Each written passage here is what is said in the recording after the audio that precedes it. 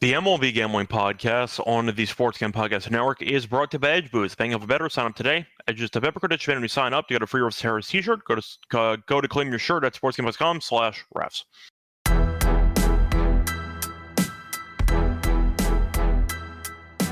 And welcome, everybody, to the MLB Gambling Podcast here on the Sports Gambling Podcast Network. It is currently Thursday afternoon, June 12th, here to break down the games for Friday. I'm Red Sox Scott Rochelle, once again joined by Lonte, and together we're going to break down the games for tomorrow. Lonte, how's it going with you? Couple of day games, not a lot, but still something. And of course, you have golf going on. But how's your day going so far?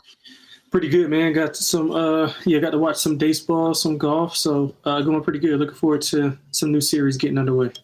Yeah, definitely should be interesting. Saw a couple of games already go final. I saw the Rangers score 16 runs. They were my dog today, so that was definitely nice for the podcast. Mets did win 4-3 against the Nationals. Saw Senga got injured. We'll see if he is seriously injured or not. And the Rockies still suck as the Giants lead 7-3. Senzatella, still not good. So there you go. But either way, point is that's all we have for the games so far that went final. A couple of games that are going to be starting within the next hour and a half or so, or 2 hours. But either way, a point is time to move on into the games for Friday. Before we get into the actual games for the card, a reminder that you could also check out all of the picks and podcasts for SGPN in one easy location, because you can check out the app that we have. Got all the free picks and podcasts for the Stanley Cup, College Baseball World Series, NBA Finals on the SGPN app. Get it wherever you do. Get your apps. Anyway, time to move on into the games here for Friday, starting off with the first game between the Pirates and the Cubs. 2:20 start time, and you have Skeens against Horton. Cubs are -110, Pirates are -110. For the over-under in this game, I see the line being set at 7.5. Now, I have to check out the actual wind because it is Wrigley Field we're talking about, and you have Skeens pitching. So for the actual wind for this matchup, looking at it quickly, wind is blowing about right to left, a little bit out, nothing extreme though in Wrigley. But the question is, Pittsburgh's been good lately. The Cubs have been fine, but the Cubs are the better team. Skeens, we know, is the king of the no decision at this point, even though he's been great for about 2 weeks, or I should say 2 months straight, or a month straight. So I'll ask you for this one, because I think the blind play might be Pittsburgh first 5. But for the full game, it's tricky because Pittsburgh just can't score enough runs for the guy.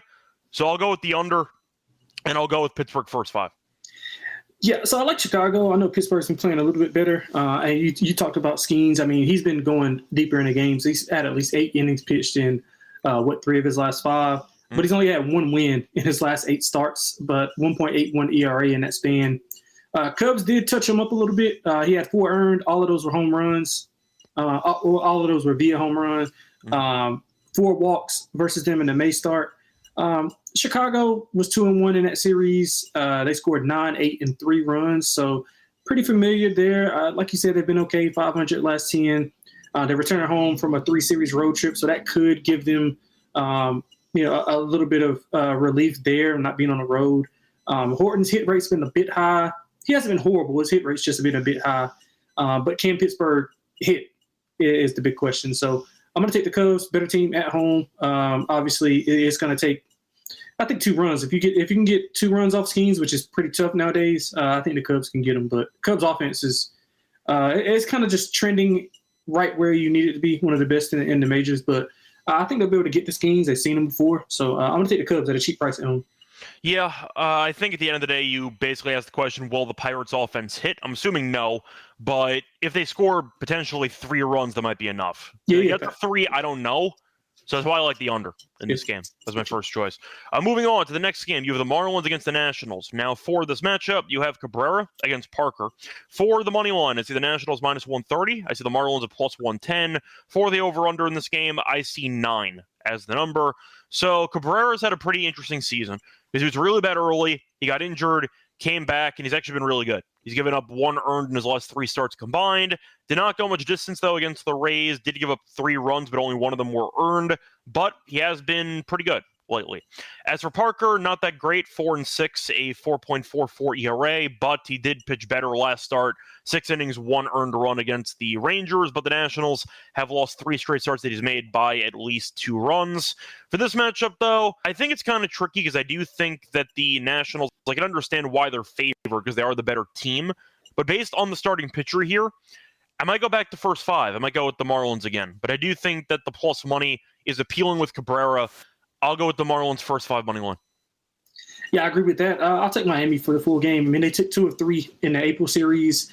You talked about Cabrera being really good recently. He's allowed 2 or less in 3 straight on the road. So really good form on the road. Washington's been inconsistent but feisty is what I have. But again, you talked about it with the pitching. Like Parker's he had a good outing, but prior to that, it was like poor performance after poor performance. So nothing to really write home about. So I like Miami first 5 full game. They hit the ball pretty well on the road. They hit lefties okay. And I think Miami's offenses will be able to score. I think Washington will be able to score offensively as well. So I like the over as my favorite play. All 3 of those games that they played, they flew over 15 runs, 13 runs, 11 runs in those 3 games. So I think we see a similar approach here. Both teams can maybe get to 5 runs, and we get over this number. So I like Miami and over. Yeah. Moving on to the next game, you have the Blue Jays taking on the Phillies. For this one, you have Gausman against Suarez, and now a warning, we're missing a decent amount of lines on the card.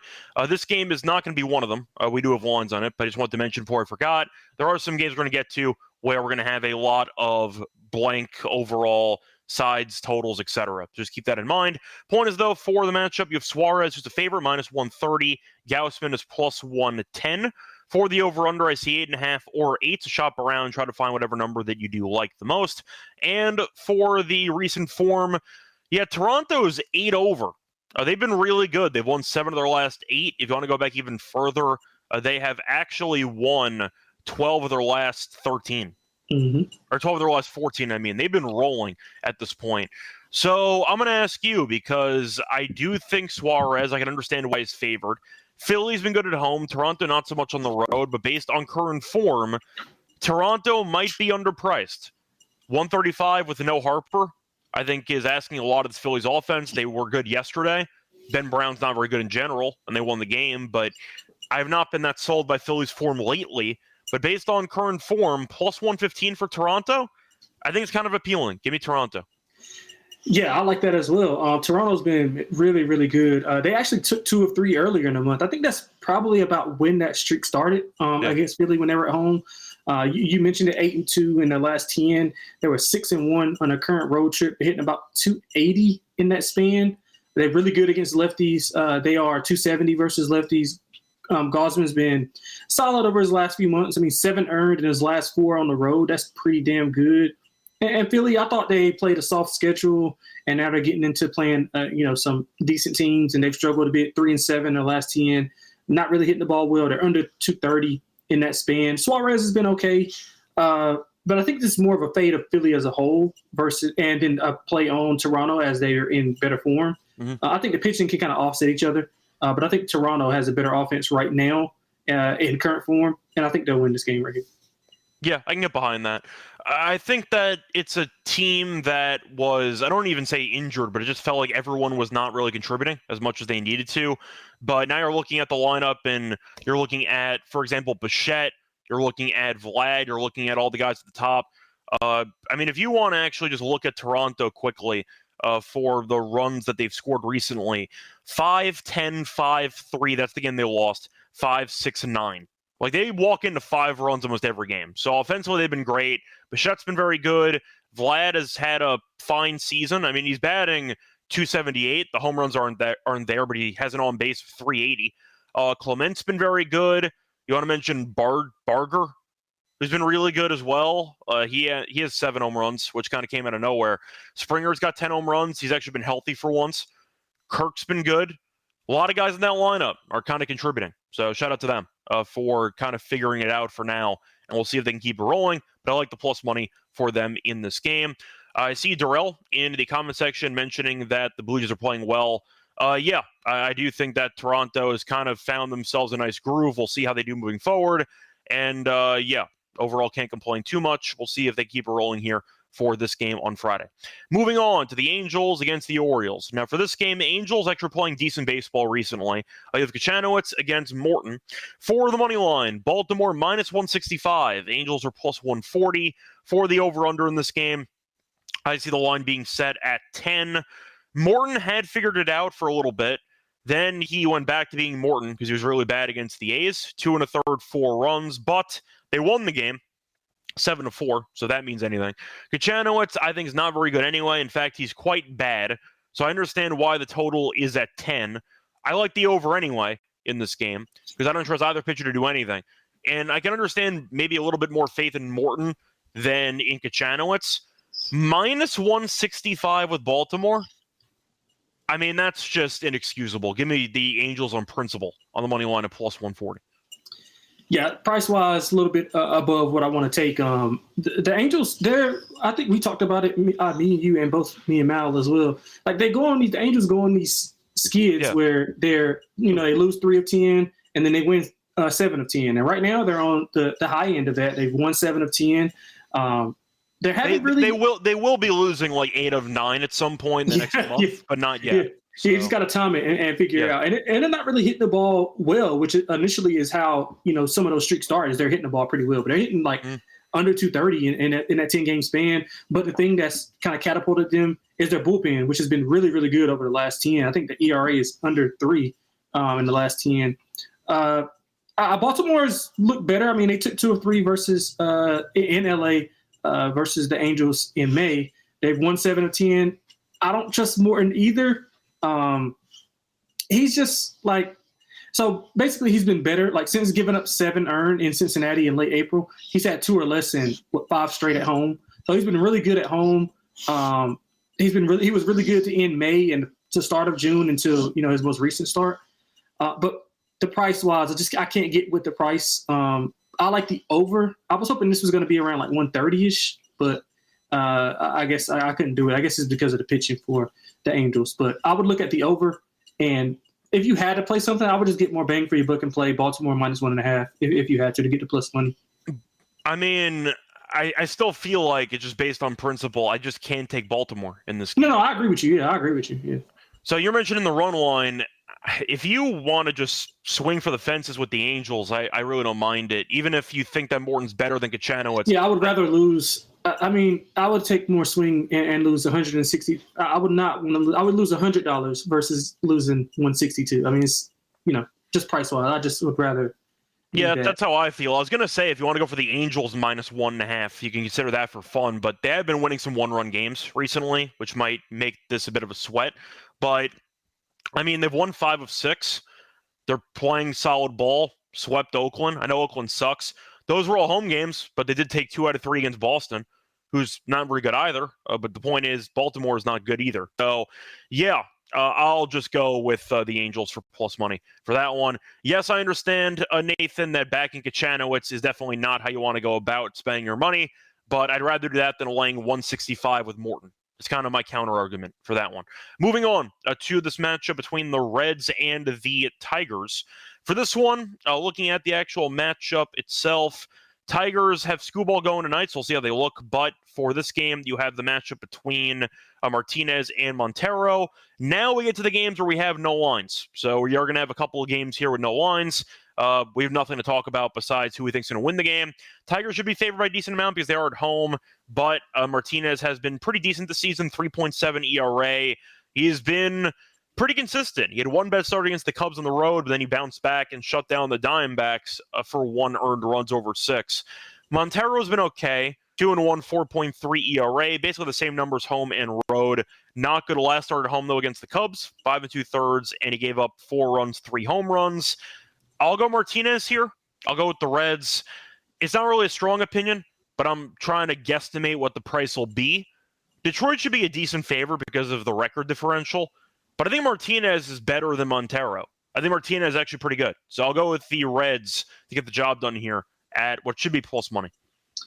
Yeah, I'm going to take Detroit. I think we just got to – I think both pitchers pretty much cancel each other out. I mean, both have been up and down over the past whatever many starts. I mean, Martinez's hit rate has been up over the last handful of starts. I mean, he's allowed 6+ in 3 straight hits, that is.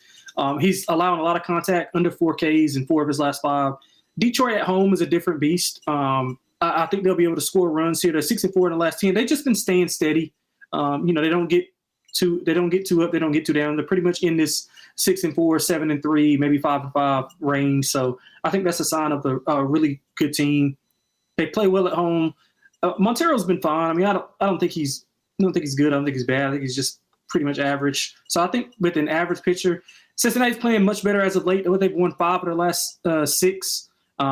They look good and efficient on both sides. But again, Detroit at home is a different animal. So I'm going to take Detroit at home. Granted, if it's a decent price. Yeah.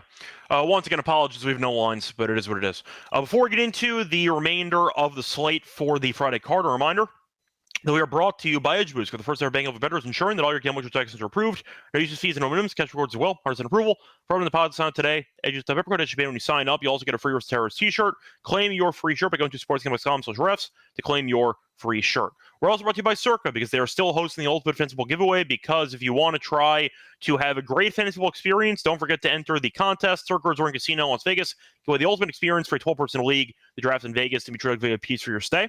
Get a limo ride from the airport, a 5K tab for a stadium swim, and a hotel stay for you and your 11 league mates. And you could always get a 15% off everything on the Circa properties with the code SGP15. Enter the contest for free at sportsgamble.com/circa, sportsgamble.com/CIRCA. Welcome back, everyone, to the MLB Gambling Podcast. Finished going with the first couple games on the card for Friday. Time to keep rolling here with the Yankees against the Red Sox. They faced off a week ago. This time they're going to be in Fenway. You have Yarbrough against Crochet. Now, we have no lines in this game either, but I'm assuming the Red Sox will be a decent favorite because Crochet is pitching, and the fact is Yarbrough was... how would you describe his performance against the Red Sox? Not good? Is that a way to describe it? not very appealing. He was really bad. 4 innings, 8 earned, so it's fine. Point is, though, for this matchup, I'm assuming Boston a decent favorite. We saw them just beat the Yankees 2 out of 3 in Yankee Stadium, but the Red Sox still not very good at this point in time. So I don't know what the odds are, but I don't really want to back Yarbrough. So, we'll see what the price opens up at, but it's probably going to be Boston as a decent favorite.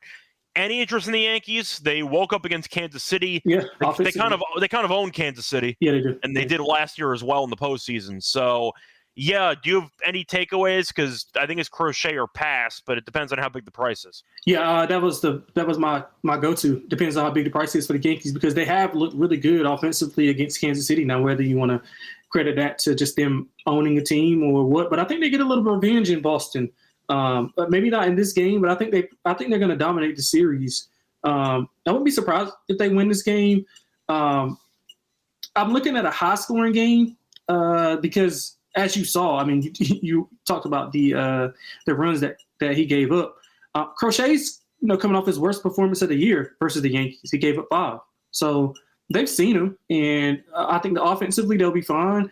But I think both teams will score runs. That's probably my better bet will be the over. Both teams over in 6 of their last 10. They both scored 6+ runs in 6 of those 10 games. So similar offensive archetypes. Crochet's been a strikeout monster. 32 Ks in his last 3. Yeah, dime versus the Yankees. But I do think both, they got the familiarity there. I think both teams will be able to score.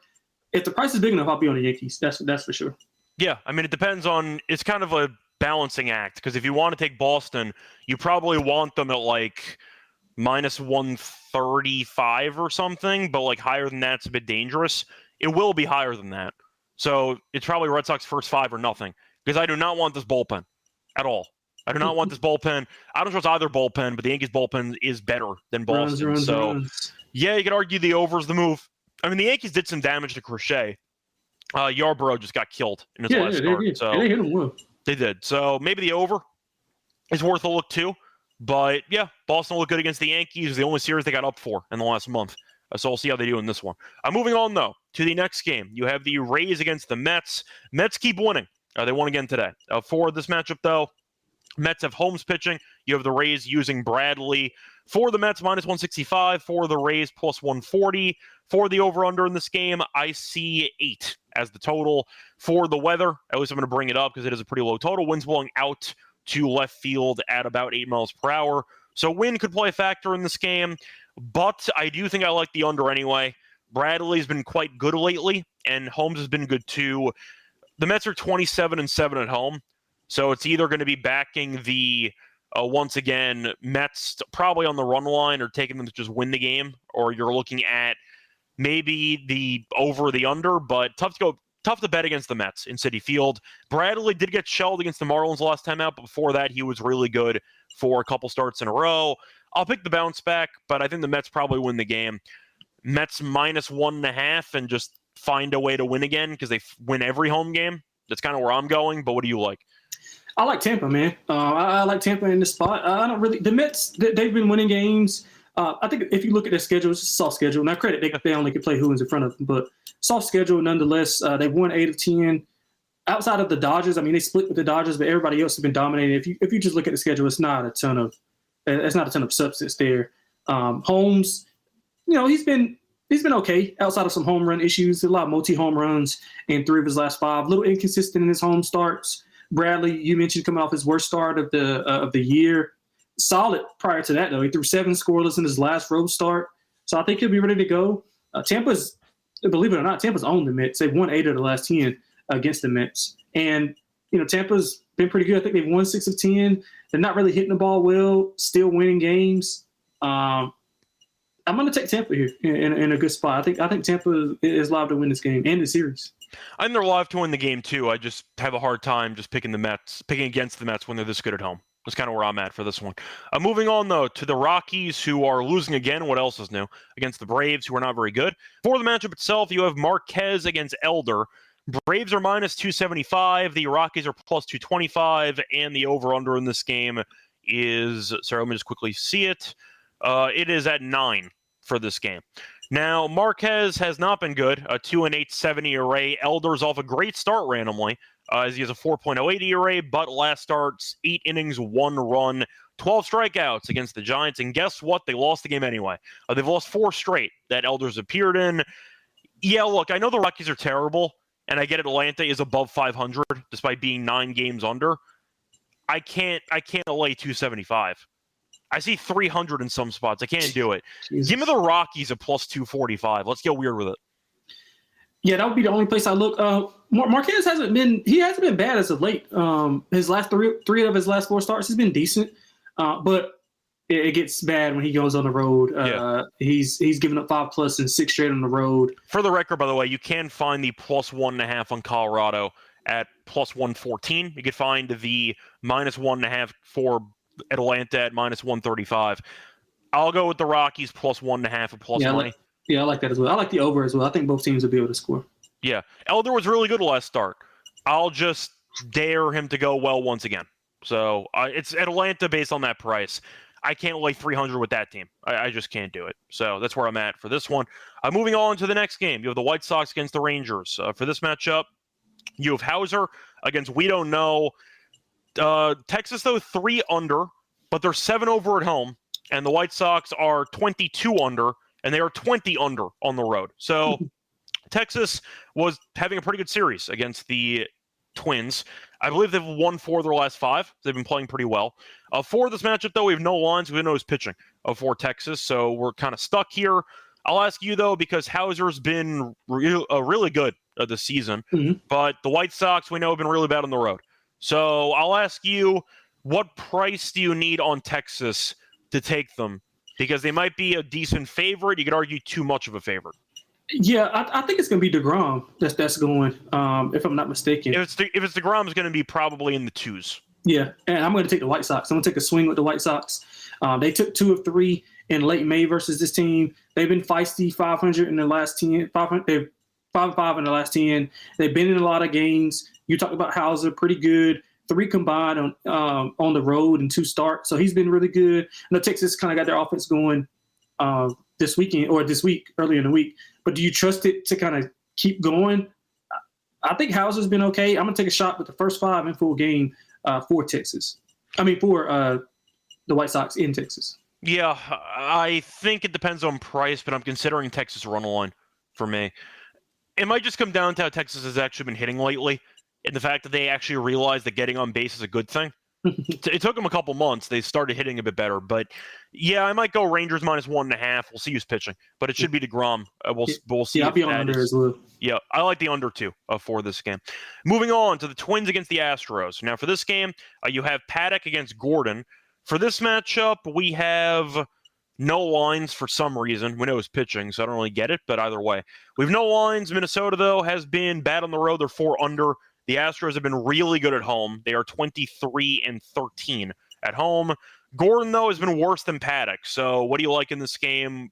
I'm assuming Houston will be favored. Probably not by a lot. Paddock's been better than Gordon, but I think I would consider swinging with Paddock's plus money. Paddock has been good. Yeah, I'll take Houston at home, man. I mean, Gordon's coming off his best start of his young career. Houston's been pretty steady. They're comfortable. They played this team back in April. They took 2 of 3. They've won 6 of their last 10. I don't really trust Paddock. I mean, he's been okay. 4 quality starts in his last 6, 1.85 ERA in that span. He hasn't allowed more than 3 earned in 12 straight. Low K rate, though. That kind of bothers me. Doesn't have a ton of swing and miss stuff. Yeah, but once again, you just said he's allowed less than 4 earned in 12 straight. Yes. Imagine if I said that preseason, that would be involving Chris Paddock. Right. Like, that's wild, but he's actually had a good year. Probably. Yeah, he has. But he doesn't have a lot of strikeout stuff. He does give up contact. Yeah, he doesn't. And I think Houston can capitalize there, which is the biggest red flag that I have for Minnesota. Minnesota's been 500 in the last 10, but I think Houston's ascending a little bit more. Gordon's been fine. So I think we see Houston impose their will. I think we see a lot of hits by Houston. And once they get guys on base, I think they're one of the best at converting. So I like Houston at home.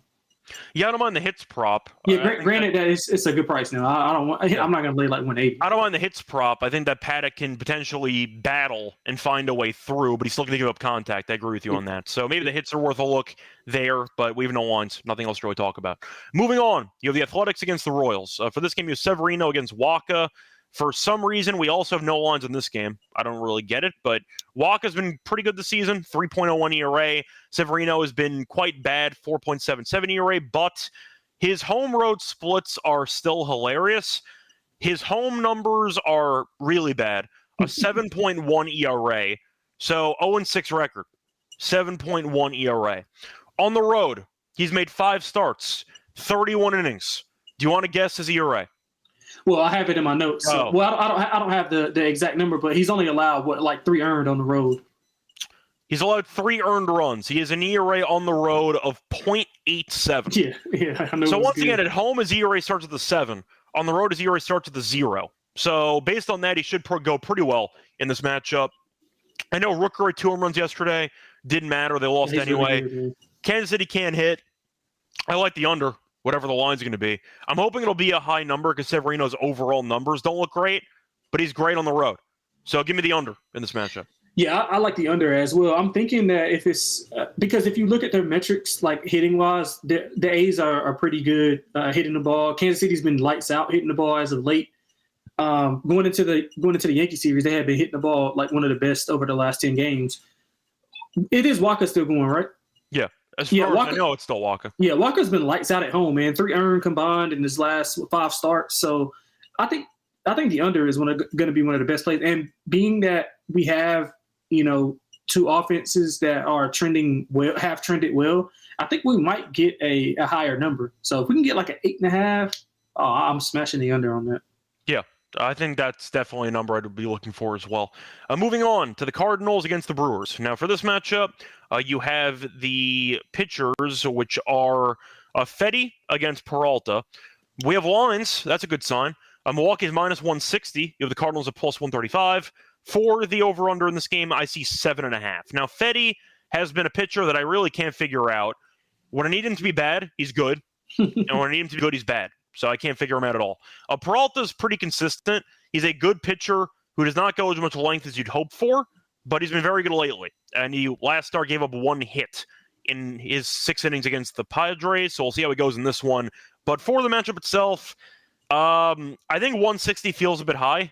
Yeah. I understand it. The Cardinals have lost 4 in a row. They have been playing bad baseball lately.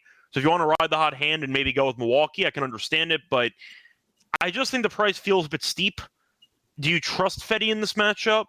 His numbers are okay, 3.54 ERA, and he has given up 2 runs in his last 2 starts combined.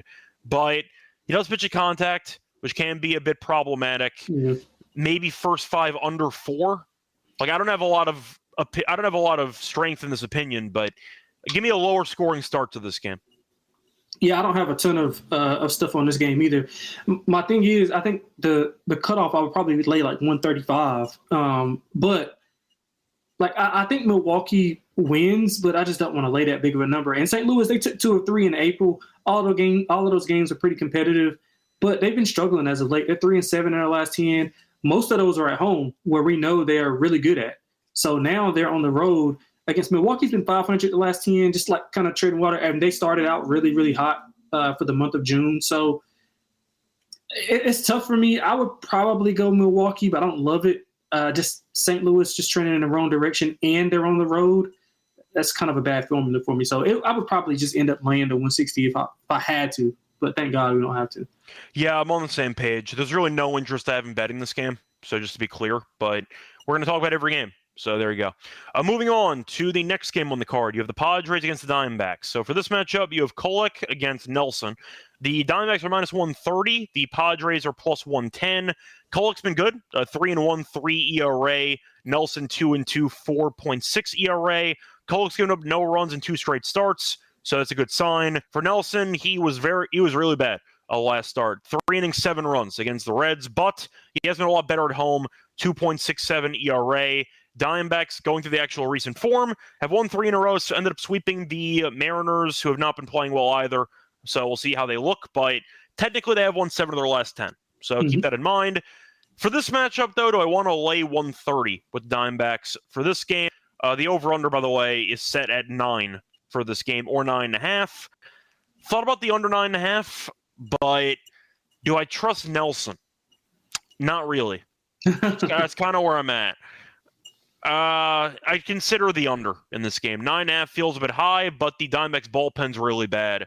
So maybe first 5 under in this game. Yeah, so I love the under. I like San Diego in the game. If you just from an under perspective, Nelson 10 2/3 scoreless innings pitch streak at home. He's coming off his worst start of the year, 1.72 ERA since April 16th start. So he's been really good form. And if you look at Arizona, they've been playing some really good baseball. You talked about them winning 7 of their last 10. In their last 3 games, 23 combined runs scored. So they've been playing complimentary baseball. San Diego on the other side, 500 last 10. I haven't been really impressed with them, but they have played a tough schedule. Offense is still a bit up and down. I like Kolek. He's got low K numbers, some walk issues that he kind of needs to work through.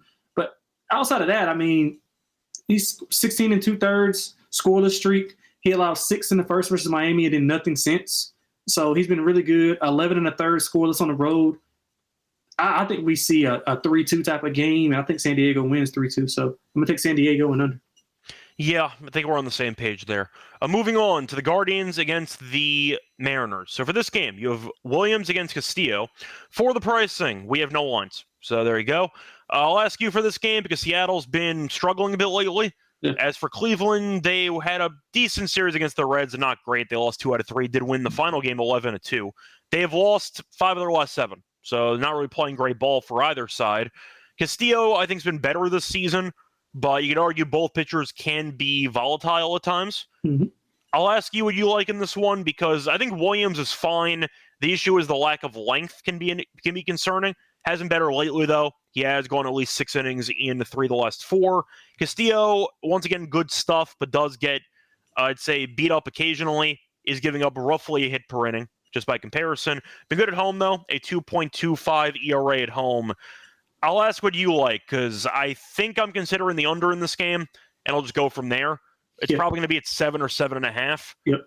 I'll go under, but it's not really a strong opinion. Yeah, I like Seattle and under. You talked about Castillo, 2 earned runs or less in 6 of his 7 home starts, so he's been lights out at home. He was going pretty well prior to his last start. He had pitched extremely well after not starting off so hot.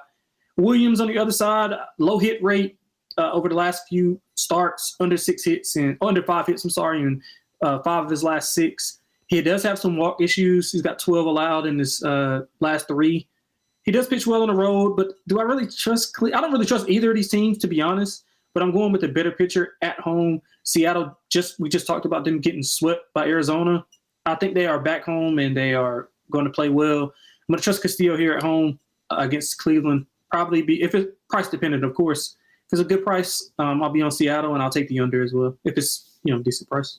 Yeah, I do want to ask you, though, when you say decent price, what number is in your head? Anything 150 or lower, I would take Seattle. I think I would probably go 135 or lower. I'll cut it a bit shorter because I don't trust either team. So I feel like Seattle, who was in first place for a decent portion of the season, they're under 500. That's how bad they've been. They're now below 500. So, yeah, every Seattle season feels the same. Yeah, so I don't really want to back them at that price. It would be like 130 or lower, but I would rather take the under for this Wasting game. that good pitching staff, man. Like always. Anyway, time to move on to the last game on the card. You have the Giants taking on the Dodgers. You have Webb against Yamamoto. For the money line, Dodgers minus 165. The Giants are plus 140. For the over-under in this game, it's at 7.5. So you're looking at what should be a low-scoring game. Now, Webb, we know, is incredible at home. On the road, he's not nearly as good. Story every year with him. But his ERA on the road is still below 4. It's 3.95, not great, but worth mentioning. Now, I do want to point out that Yamamoto this season has been good as well. A 2.2 ERA, been worse at home technically. He was kind of, I'd say, balancing out good starts and bad starts, but he did go no. He did give up no runs against the Cardinals last start. They did lose the game 2-1, but he pitched well. So for this matchup, to be honest, I'm kind of shocked the number's at 7.5. I thought it was going to be a flat 7. I get that Webb's on the road, and maybe that's why, but I really thought it was going to be 7. And yes, the Giants offensively have been good over the last few days. Yeah. In course against the Rockies. So that doesn't mean anything to me. I like the under in this game. I think if you want to go for the Giants, I'm not going to stop you. You could argue that maybe it's a game where the Giants are able to get up for this one. Maybe some of the hot bats carry over into LA. Probably not, but still, you're going to make the argument that that's possible. The Dodgers haven't been very good. They're 3-3 in their last 6. They've kind of just been hovering. And right now, they're only half a game ahead of the Giants. Giants have won 7 in a row. So if you want to back the team that's about to win 8 straight, getting plus money, there might be value on that. Give me the Giants who've won 7 straight, potentially 8 straight in the next hour. Keep it in mind, but give me the Giants in the under. Yeah, I'm going to go opposite way. I like the Dodgers in this spot. I mean, you talked about it. They've been 500 the last 10 games. They've been hovering around 500 like for the past like month and a half. And again, I think I said this on another show. Like, I think they're just doing we do basketball. So I think they're doing their typical really good team in the middle of the season, about to be All-Star break. Like, they're just going along. They're going to get guys back, probably make a move or two, and then they're just going to ascend and show why they're the best team in baseball. So I think that's a little bit, and they're just kind of picking their spots. I think this is a spot that you're coming in, a team in your division that you're only a half game up on. They've won 8 of 10, 7 in a row, got a good pitcher on the mound. I do think that Yamamoto's been steady. He's shown a little bit chink in his armor, but he's still been steady. Webb, I think some regression is looming for him. So what I looked at was he's got a high hit rate, but he's not resulting in a lot of runs. Just for instance, in his last 4 games, he's allowed 29 hits, but only 8 runs. So I think that has to balance out a little bit more. You don't want to give up hits against the Dodgers. I mean, that's just a team that you don't want to let them get on base because they thrive in those situations. So I'm going to lay it with the Dodgers. I think it's one of my favorite plays on the board. All right. That's going to wrap it up, though, for the actual card. Time to move on into the lock and dog picks. For that, the reminder, they're brought to you by our sponsor, which is Underdog Fantasy, because they're still going along for the May Finals with their extender bonus. Hop in game 1. The longer the series goes, the bigger the bonus gets. And a reminder, when you sign up for a new account, use the code MLB SGPN to get a special pick and a first-time visit offer up to $1K in bonus cash on fantasy promo code MLB SGPN. We're also brought to you by Rhythm, because you've heard us talk about them before. They just dropped a game-changing feature called Power Trends and Detective Patterns, where Rhythm's models can consistently win, and they also bring you a high ROI. They're available every day, so check out Rhythm for the Power Trends updated every day, and no touts, no noise, just clean data back picks. Download the Rhythm app, check out Power Trends, start betting smarter. Get the 7-day free trial, though, to try out the actual platform for a week. Go to sportsgamblingpodcast.com/rhythm to get the free trial. We're also brought to you by MyBookie, because MyBookie is a place for every sport. They have the NBA playoffs, they have the Stanley Cup Final, they have baseball, they have UFC, they have the US Open for golf, if you want to be betting on that as well. Don't forget to check out MyBookie at a ton of locations. Use crypto for instance payouts. Use a positive incentive for an account. Use the code SGPN to get a 1 incentive match up to $1K. Terms and conditions MyBookie.ag, promo code SGPN. Welcome back, everyone, to the MLB Gambling Podcast. Finish going through every game on the Friday card times. Move on into the lock and dog picks. Lonte, let you go first. What's going to be your lock and dog for the show? Yeah, so let's go with a total. We're going to go with over 9 in that Washington-Miami game. I think that's both one that we liked. I think we see a lot of runs. Both pitchers can be volatile. I mean, Miami, like I said, they scored a ton of runs, 15, 13, and 11 in their 3 games. I don't really see a ton of defense being played, so I think we see a lot of runs in that game. So let's go over 9 there. For the dog, we just talked about it. I love the Dodgers. So I'm going to take the -1.5 plus 130. I think they're in a good spot to get up against a divisional opponent, trying to flex their muscles a little bit after going, being subpar over the last, month and a half, 2 months. So Dodgers -1.5 plus 130 is going to be the dog.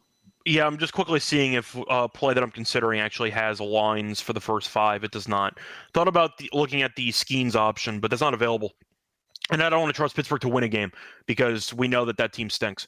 So for the lock, I'm going to have to pivot to something else. Did I want the under in the Padres game?